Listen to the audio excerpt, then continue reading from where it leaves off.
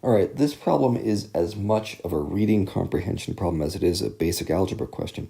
I want you to pause the video, read through this so you have a pretty good idea of what it's talking about. It might take 2 times through, and then start this going again. All right, so we've got Carlos and Carlos Jr. They're operating 2 hay balers. The older machine, and I want to focus on the older machine. Okay, the older machine bales at 4 bales per minute. Okay, that's its speed. It does 4 hay bales per minute. And I'm going to focus on just the older machine here. Both machines stopped baling 52 minutes after the older machine started. So what does that tell us? Well, for one thing, it tells us the older machine bales for 52 minutes straight. So I'm going to say this.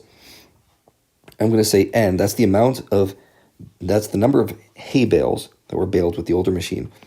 N old equals, well, rate, this is the old rate, times time, the old time. So for the old machine, how fast is it going and how long does it go at that speed? That's how we do this calculation. And let's see what we got here. That's going to be 4 bales per minute times 52 minutes equals, here, I can do this without calculating. This is 208. Okay, so the older machine does 208 hay bales. Now look at the newer machine. So the number of hay bales from the newer machine.